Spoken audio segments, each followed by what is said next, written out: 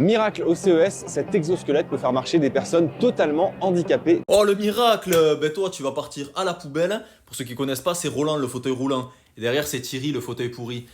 Je donne des noms à mes fauteuils, je vis seul.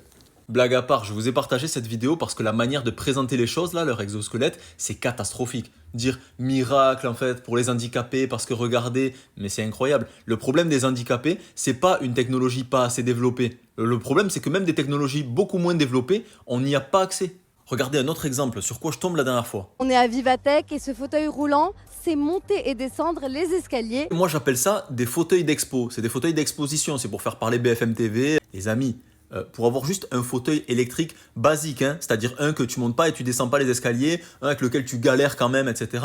C'est la croix et la bannière. Premier obstacle, il y a une réticence dans le milieu médical à parler de fauteuil électrique. Bon, on m'a même déjà sorti, vous êtes peut-être en train de vous enfermer dans le truc du fauteuil. Pardon, moi je suis enfermé dans mon appartement pour l'instant. Le fauteuil, il va me servir justement à sortir, avoir un peu d'autonomie. Ensuite, il y a la question de l'argent. Moi, on m'a fait un devis pour un fauteuil, c'était 13 000 euros. 3 000 de remboursés, donc moi je devais sortir 10 000. Mais 10 000, je peux pas les sortir. Et c'est un fauteuil de base. C'est un fauteuil comme ça, manuel, avec une assistance électrique. Comme je peux pas sortir cet argent, on a dit on va se rabattre sur des fauteuils qui sont mieux remboursés. Mais du coup, qui sont pas les mêmes. Et il faut que vous compreniez, peut-être il y en a, ils connaissent pas, qu'en fait, c'est pas, il y a un fauteuil standard qui irait à tout le monde. Et après, nous, on prend des options, on fait des caprices, on fait du tuning de fauteuil. C'est pas comme ça. En fait, c'est que les handicaps et les maladies sont très variables. Et en fonction de ton handicap, tu dois prendre certains types de fauteuils, certaines options ou pas. Aujourd'hui, j'ai trouvé un fauteuil électrique qui me convient, qui sera remboursé en partie, même si une autre partie, c'est-à-dire 3 000 euros, je vais devoir les sortir. C'est tout l'argent que j'ai économisé depuis que je suis malade. Je vais devoir les sortir et je serai remboursé dans un an ces 3 000 euros